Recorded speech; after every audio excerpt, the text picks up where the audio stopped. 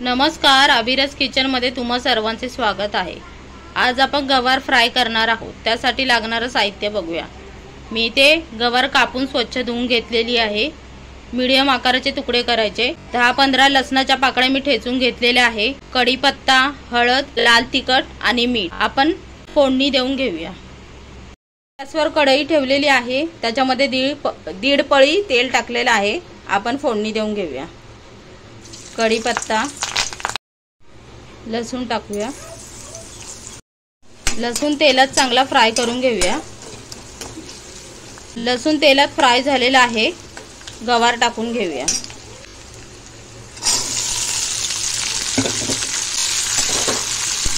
गवार आपण तेलात चांगली परतून घेऊया। थोडं याच्यामध्ये मीठ टाकूया। परत एकदा गवार परतून घेऊया। गवार तेलामध्ये परतून झालेली आहे। याच्यावर आपण 5 मिनिटांसाठी झाकण ठेवूया। 5 मिनिट आपले झालेले आहेत। आपण झाकण काढून बघूया।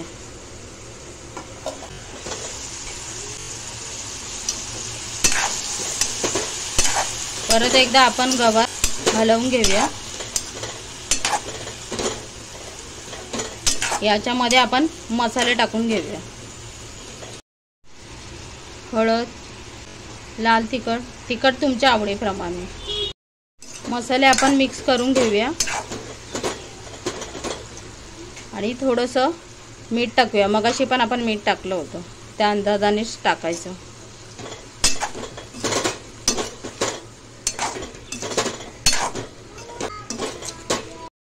मसाले आपले मिक्स करून झालेले आहेत। याच्यावर आपण 5 मिनिटांसाठी झाकण ठेवूया।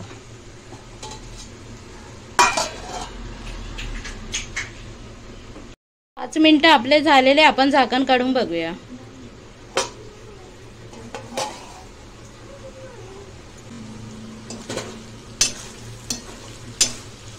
गवार पण शिजलेली आहे। अशा पद्धतीने गवार फ्राय झालेली आहे। अशा पद्धतीने गवार फ्राय झालेली आहे। असेच नवनवीन व्हिडिओ पाहण्यासाठी अभिरस किचनला सबस्क्राइब करा, लाईक करा, शेअर करा आणि बेल आयकॉन क्लिक करा।